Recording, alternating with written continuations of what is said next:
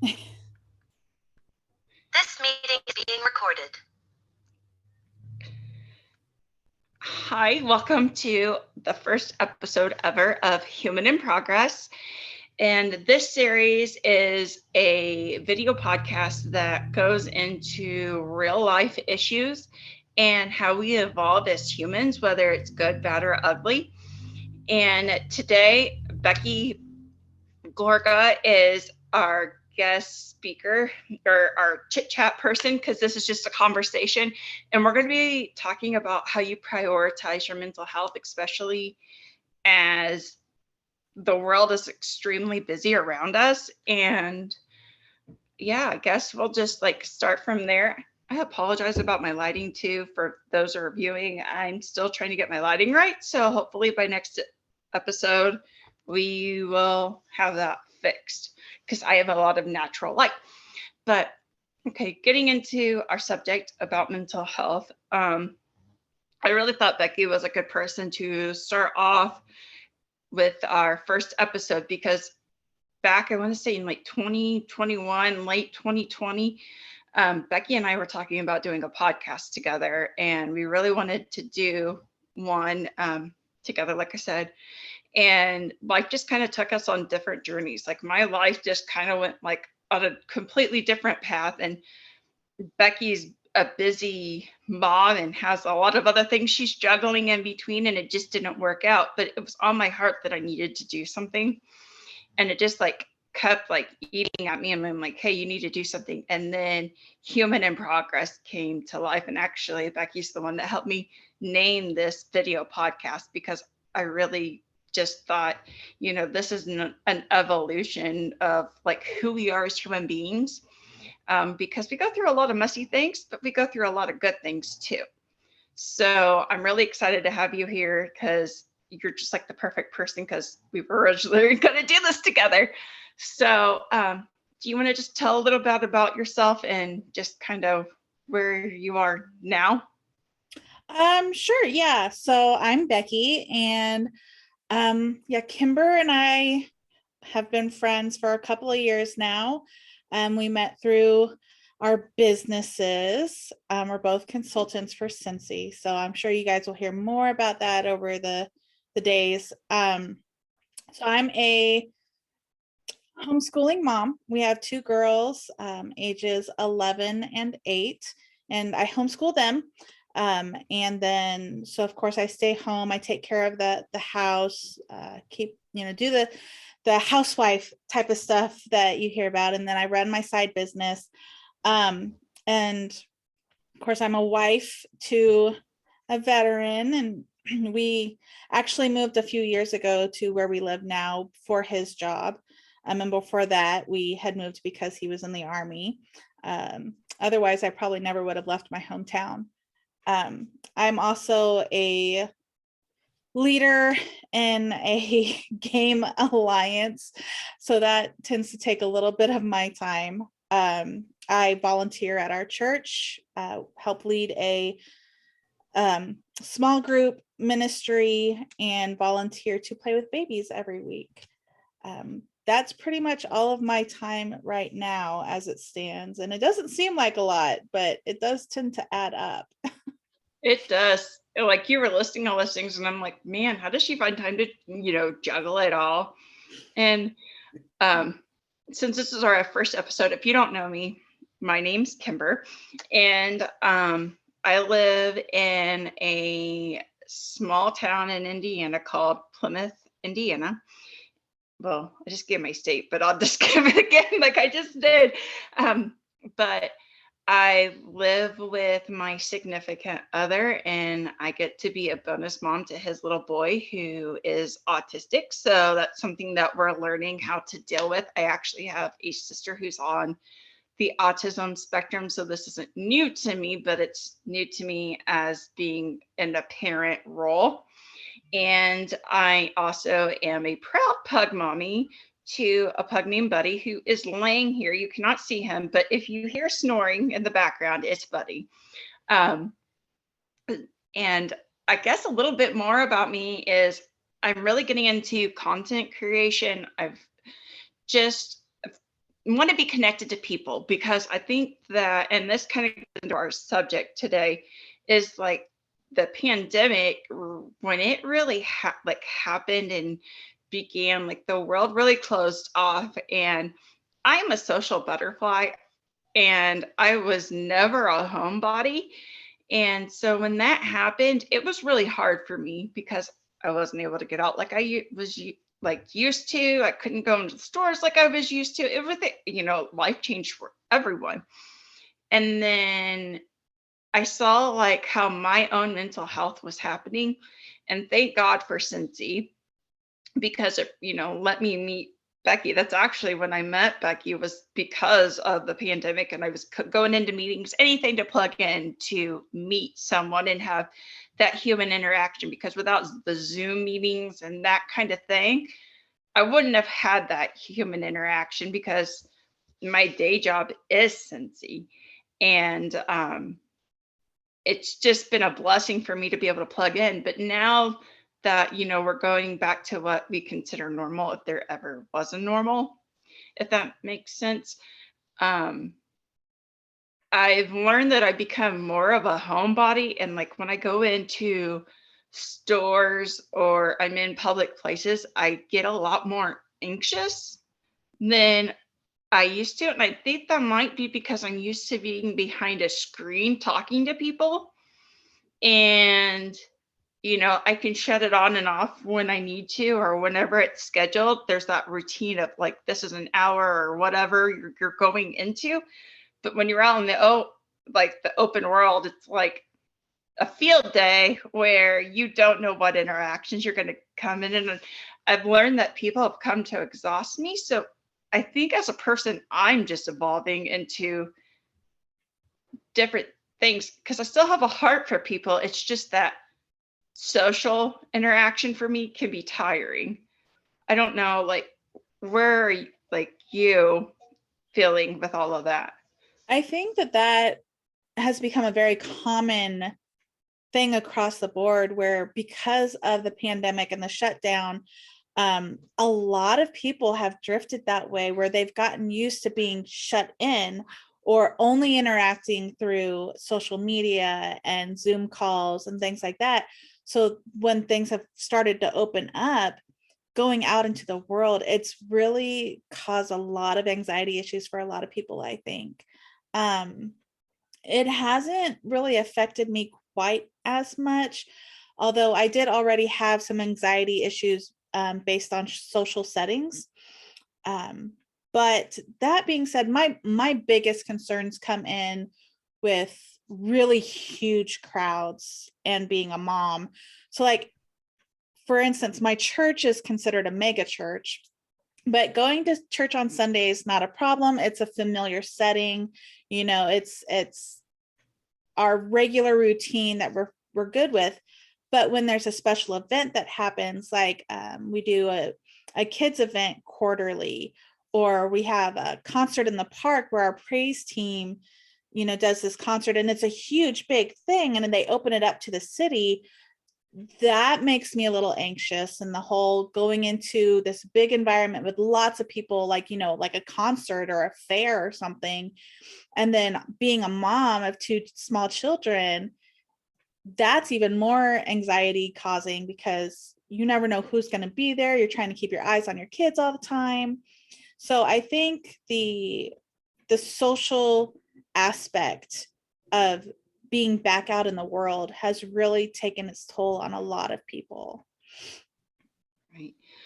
I can relate to that. Like, as you were talking, like when we did our retreat for Cincy Family Reunion, which, if for people that don't know, that's like our big annual convention, but it's like a family reunion, because just the community of Cincy is just awesome. We're like family with each other, and we love on each other. We're excited. We cheer each other on. It's just awesome. But we were having to be virtual that year, and we did the retreat that you and I helped plan with other leaders. And that for me was okay. I was okay with being with those 30 some people and, bonding and stuff. But But you remember, like, before the retreat actually happened, we were having a lot of people tell us that they were feeling anxious because there's Right. people they'd never met before. And so we Right. need to find a way to get these people to meet each other and become familiar with each other before they even met in person. Right. And excuse me, like going forward from that, I went to our county fair and I did all right, but I was like, man, this is a lot of people. And then the big whammy for me happened. I'm with a metalhead, like he'll rock out all day. And he talked me into going to Knotfest, which is like a Slipknot concert. That's his favorite band. I'll just put that out there. And I'd never been in any kind of environment like that. And metalheads are actually really nice people, so don't judge if you don't know. And I was really like nervous and apprehensive because, that's just not. But when we went to that concert, I was like, this is just foreign to me. I'm not used to being at a event like this where people, you can see the faces, you're not having to wear masks, we're not like, all of that. And here are people together, united with something that they love, or like me, you're like tipping your toe into and praying for good things to happen. But I had a blast, but at the same time, like as we were going through the halls, like I even left like when the last song was being played to go to the bathroom because I didn't want to have to be in a line with people and be surrounded. Like I wanted to be able to just get out of the building as the floods of people were coming in. And Ian and I had gotten separated, and I was on one side of the hallway and the other, and I could see him clearly. But as the people were coming, I was just like, trying to leave the building.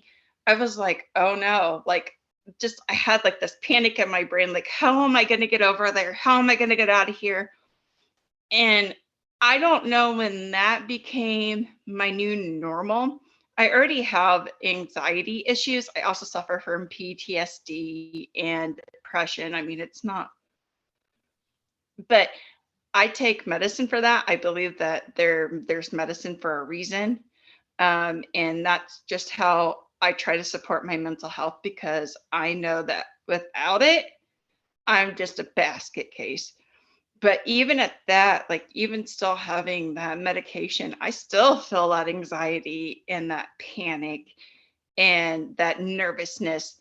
So I think that our world has changed a lot, but I also think it depends on how your path of life has changed too throughout the course of all of the other changes that have happened, if that makes sense. Yeah, totally. I think that also our personal personalities have a play in that too, and our history. So like, whereas I went to a high school with a population of 2,000 students. So that's not like normally very big, depending on the size of your city. But I mean, for where I grew up, it was a large high school. And so I was used to crowded hallways, bumping into people, having to maneuver. But then the shutdown happened and you go to the store and there's nobody there, and so you adjust to the new normal. And now we're trying to adjust back. But I think people have realized that being around other people really does suck a lot of energy out of you, because you're having to socialize when you might not be in the mood to socialize. You're having to have pleasantries, and your brain is working in a way that it hasn't had to for 2 years. So I think that plays a lot into it, is your personality, your past experiences, and then just forcing ourselves to adjust to a new normal yet again it's just exhausting. Yeah. And I'm just going to get a little bit personal here. Like for me, I've really went through the ringer. Like I mean, Becky, like all the back details pretty much, but for those that don't know, I can't work a traditional job like your 9 to 5 or whatever, due to some health issues that I have, that prevent me from being able to do that. I suffer from migraines and some other issues. And through that, going through that with the pandemic, I went through a couple knee surgeries, and I went through that. And then, the isolation of, the world changing. And then I was married at the time, and I went through a really hard divorce, like really hard. I'd been with the person for almost 13 years.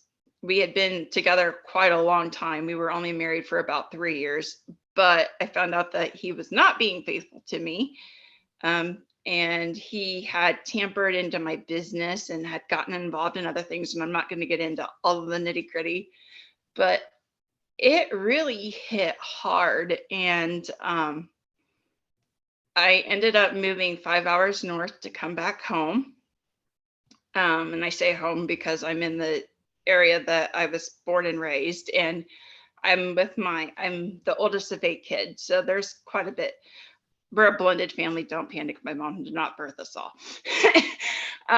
But I came home, and it's been quite an adjustment for me, because I've had to rediscover through all of that, like, who I am, not being married, because I had made my whole life wrapped around that other person, and I forgot who I was, and I forgot the things that I liked and my hobbies and the music that I really liked. I mean, just the simplest things. And I didn't realize how all of that stress and everything else that I was going through was impacting my health. And I tell Ian all the time, my significant other, I tell him all the time, like, if I wouldn't have left when I did, I probably would have been 6 feet under, because it was just destroying me, like, physically too. And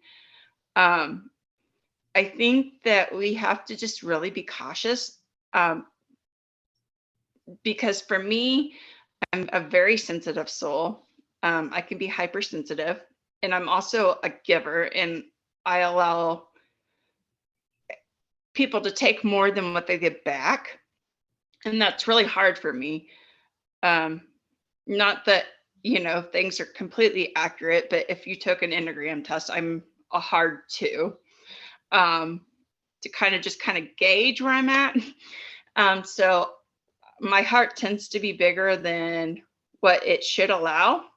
And I've really just had to take like a step back, and I'm just now bouncing back and starting to feel like the real me, because I had allowed other things to get in the way. And I think with our mental health, we have to be aware as people that that needs to be our priority, because you can't help others from an empty cup. And you've told me that many, many times, and you're like, are you ever going to get it? I'm sure, like, a few times when you keep telling me this.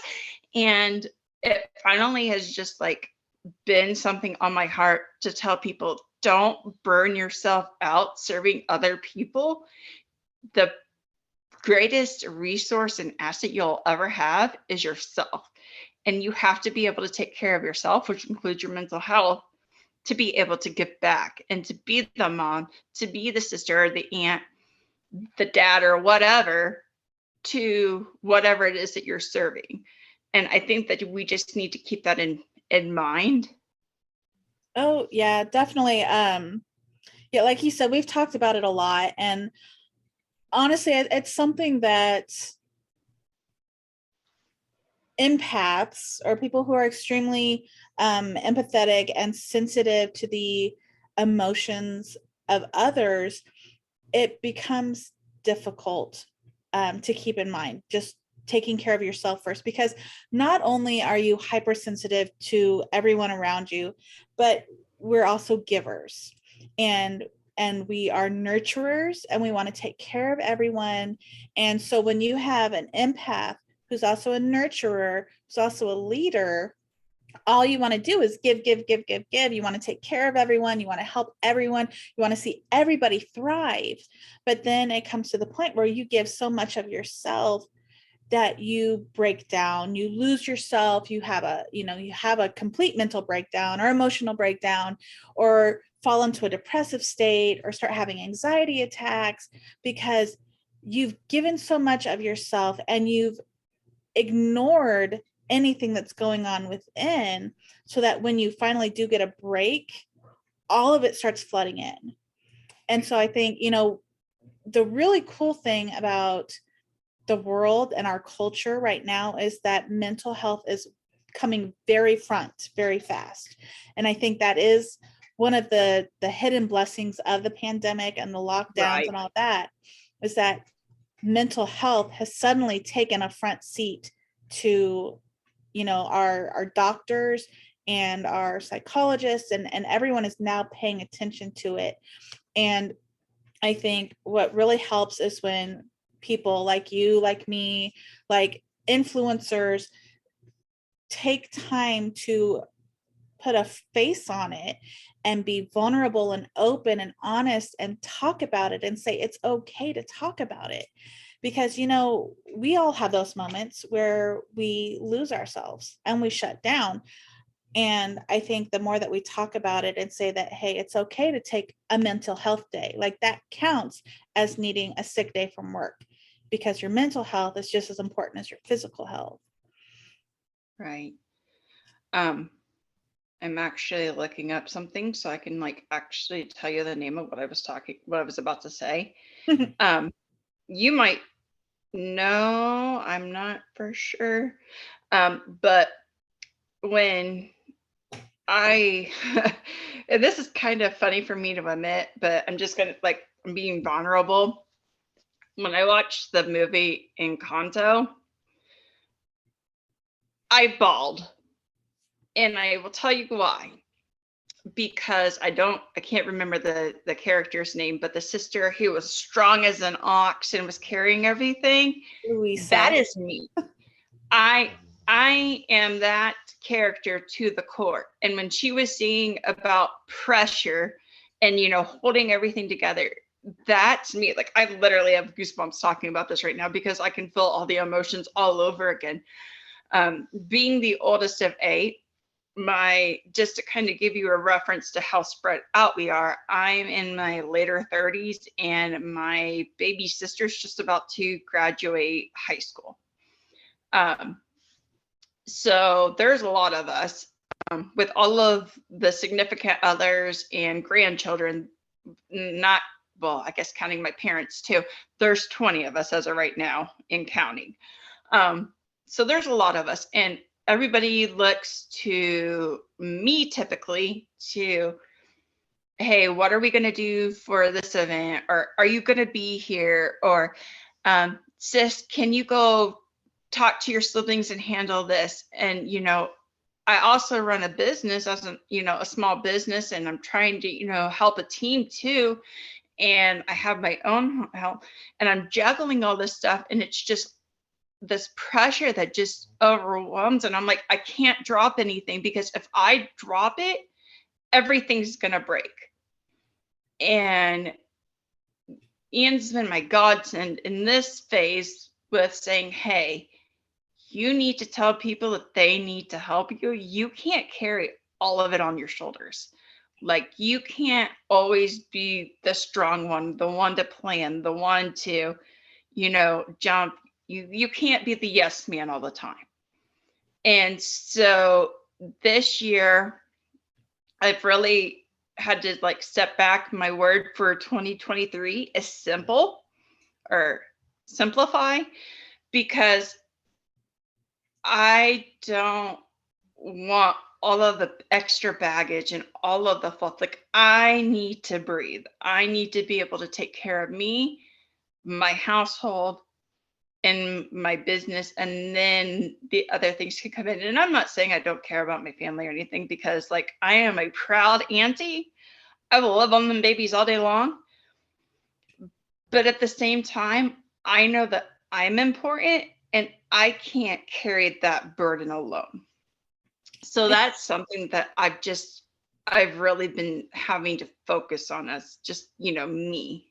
Well, and I think that, and it's so funny because when Encanto came out, Luisa is the character that you started hearing so much about, that so many people related to Luisa, and the feeling of having that pressure on their shoulders. So it's awesome that you brought that up, because I think that's a common theme that we've been seeing, is the people feeling they're not relating to Isabella or Maribel, which honestly, Maribel was the character that I relate to the most, and that's a whole nother story. But it's Luisa and the person who is carrying all of the weight from the entire family. But it's not so much the family that put that on her, though. I mean, she put that on herself, and they just thought that she was okay with it, because she didn't say no. They'd say, hey, do this, okay, hey, do this, okay. But I'm sure if she ever stopped and said, hey, I'm kind of struggling right now, I can't carry everything, eventually, the family, especially the parents, would have said, we understand, let us help you. Just like at the end of the movie, spoilers, the whole town came together to help, and it wasn't all on one person or one family. It was a community. That's what I was getting ready to say. Like, everybody comes together. Sorry if we ruined the movie for you and we spoiled it. But well, and then you were talking about having to take care of yourself first and not say yes to everything. And I'm sure you've heard of this book, but it makes me think of the book called The Best Yes by Lisa TerKeurst. She is one of my favorite, not self-help, but one of my favorite authors. And it's faith-based. She's, a Christian woman, and she leads, she leads Proverbs Women of Faith ministry. But it's called The Best Yes. And it talks about not saying yes to everything, but saying no to some things so you can say yes to the things that really matter. On, kind of on that note, I think too, and we're both, faith-based Christians, and not everybody may relate to that, but in the Bible, which we believe in, it says what you put into your life, what you consume comes out in your life.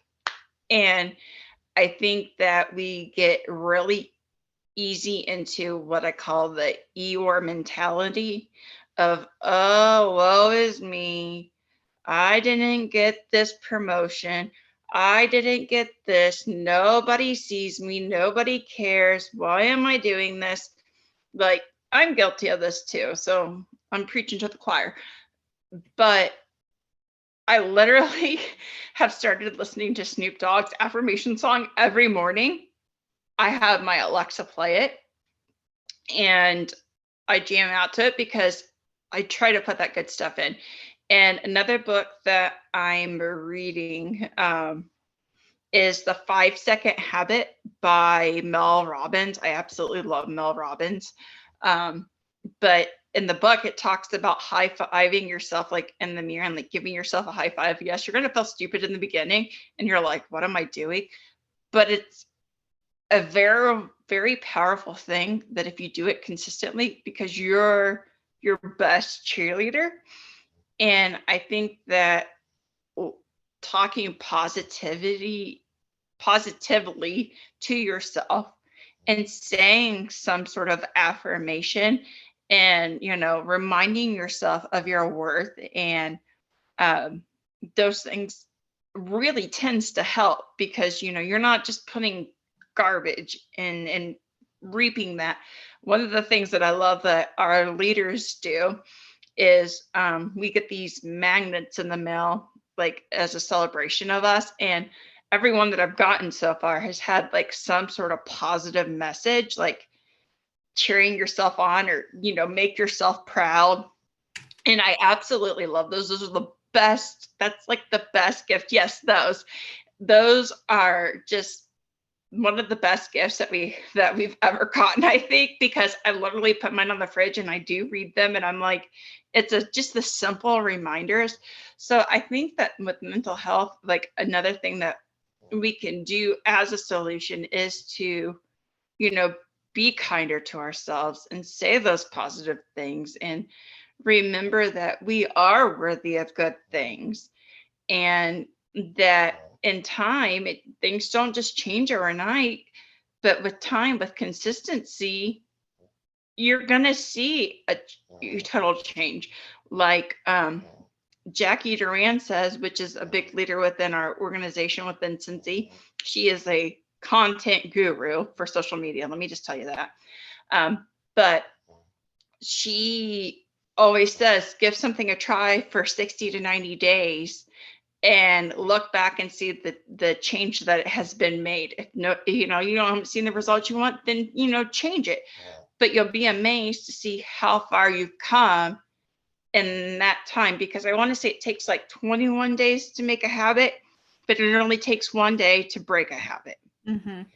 So I think that that's something that, as a resolution to, it's just one way that you can, take care of your mental health. Well, you were talking about using the mirror thing, Kimber, and I think that's so awesome that you mentioned that, because that's something that I'm having to work on with my middle schooler. Because first of all, that's a delicate age. The preteen, middle school age, hormones, emotions, the whole 9 yards, it's rough. But wherever it came from, she's homeschooled. She, we go to church, so she's not exposed to a whole lot of negative influences. She doesn't go to a public school where you've got other little girls the same age that are constantly comparing and competing and saying anything negative, whatever. But even still, she's got mental blocks about negative thinking.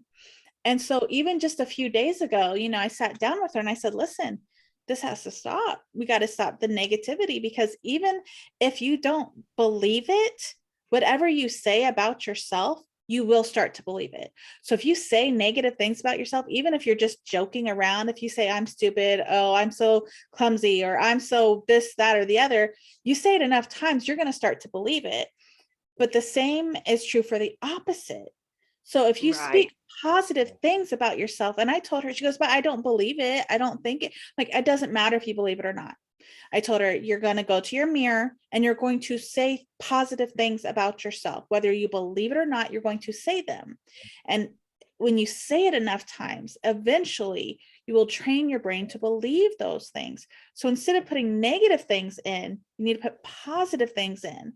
And it's crazy to think about the power of the brain and the power of words, that if you go to the mirror and you say, something positive about yourself, hey, you're an amazing person. Hey, you're so super friendly.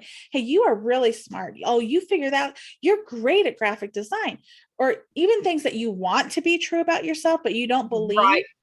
You start to say, you just repeat it to yourself, affirmations, positive thinking, and eventually your brain will adjust to that way of thinking. Right.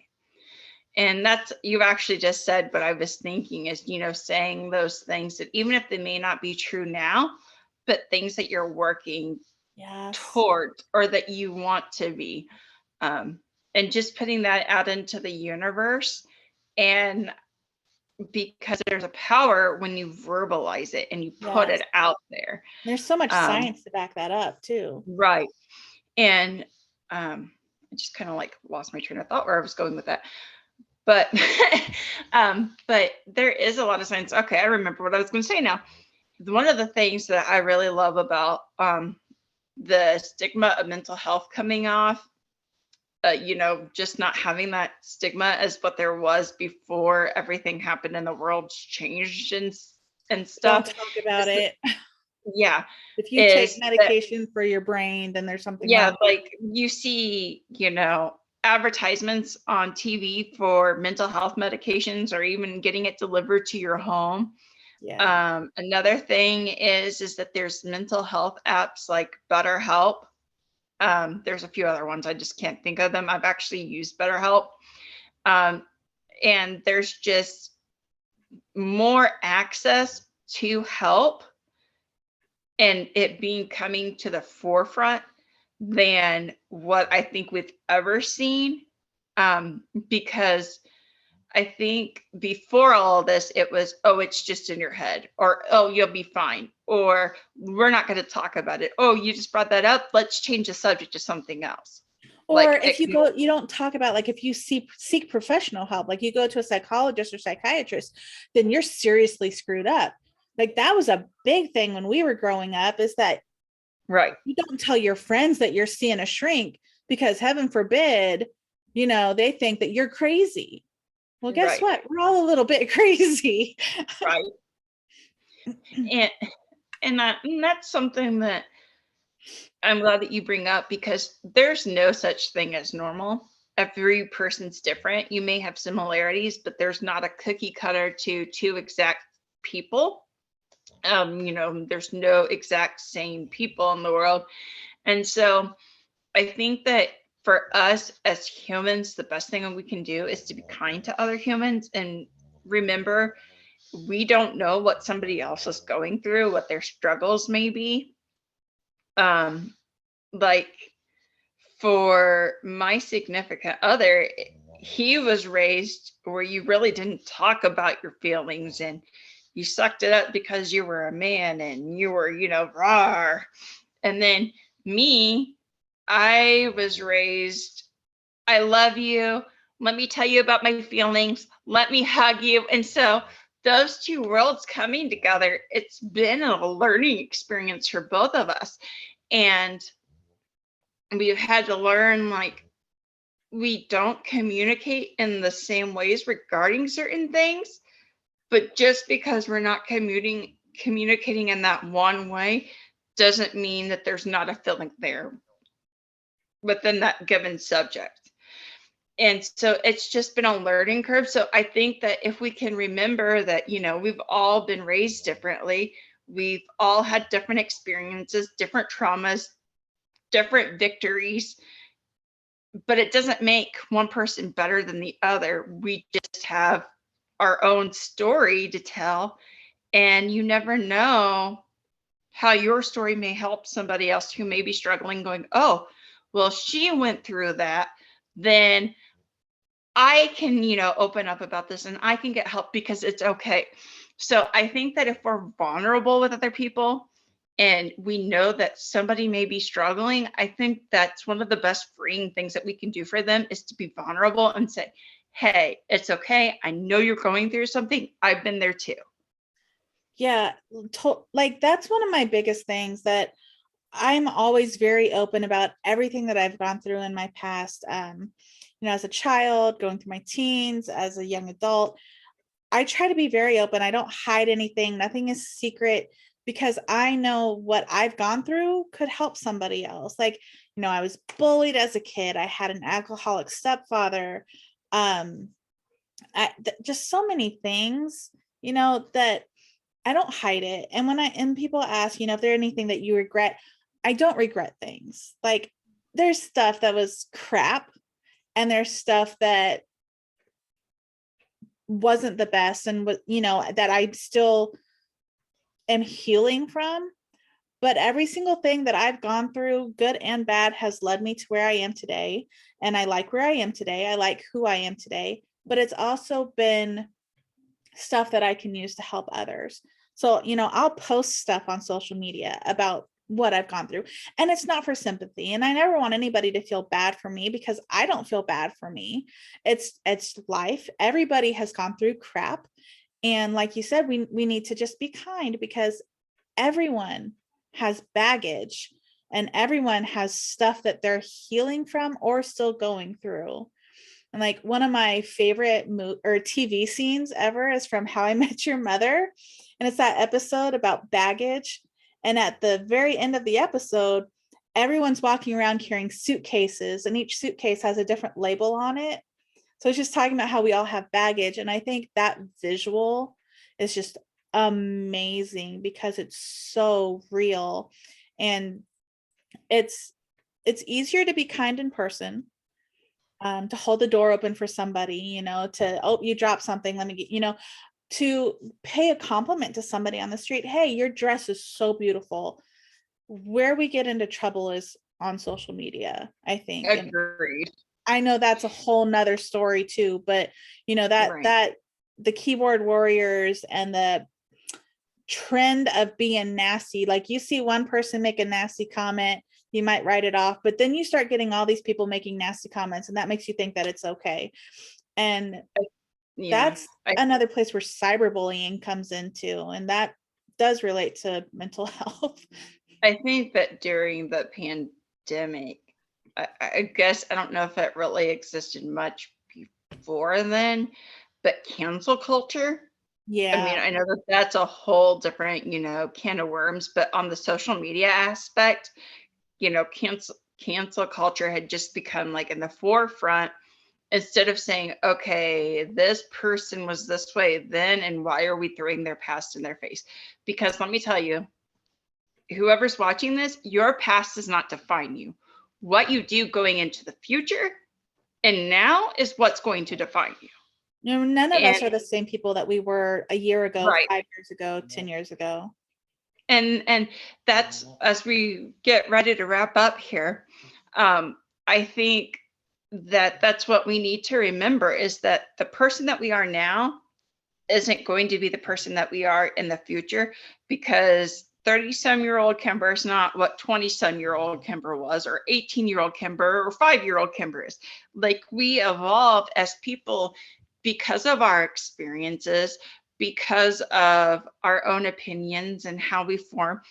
I mean, if you're in your, personally in my beliefs, is if you're a grown adult and you're blaming your parents for your upbringing or whatever, to a point, there's so much that you can put that blame, but at a certain point as an adult, you need to become accountable for you and take care of you and form good humans if you're a parent or whatever, and set the tone and be the example of what you want to see instead of playing the victim. Because I did that for a while, because I went through a lot of abuse as a kid with my dad. My dad was sick and I didn't know it. None of us knew it until it was too late. So that's where a lot of his behaviors came from. And I just went through a lot of things. And I always was like, I wasn't loved enough as a kid, or I was brought up this way, and I'm having to change behavior. So I think that we just have to be more mindful of how we're interacting, whether it's behind a keyboard or in the real world settings, because you don't know what impact that's going to have on somebody else. Well, and I think, just to touch on what you just said, and to kind of bring it home, is that we all do have past, and we all have baggage, and we all have gone through things like you went through with your father. Mm-hmm. Nobody is discounting any of that, but where it comes home is you have to take accountability for that. You have to take responsibility for it. You have to say, okay, I went through some crap. It's messed me up. It affects how I relate to people, how I relate to the world. I need to get help to deal with this. Like you have to take ownership of your problems, your issues, any mental health problems you have. Take ownership of it, acknowledge that it exists, and get help so that you can become a healthier version of yourself. Right. And I'm just going to leave that as our home point for an ending point, because I think that we've went over a lot of topics, and I really am glad that you were here today to talk about this, because I know that we both relate, because we are in that HSP category together. I mean, I don't know how many times I've asked you, am I being too sensitive about this? Like, do I need to be brought back down to earth because I'm not responding like a normal person would. I just used air quotes. But so I'm glad that we were able to have this conversation because, like I said, you and I relate a lot. And I cannot wait for the other upcoming episodes that I'm going to be doing with other people every week. My goal is to put out a new episode with a new person as being our guest, and just, discussing other topics. And I'm sure at some point we'll have you back again. But thanks for, chit-chatting with us and, just talking about mental health and the messy things and the good things. So I'm going to end this, and I guess we will see you next week. And remember, if nobody's told you, you are loved, you are worthy of good things. Be kind, live colorfully, and we'll see you next week.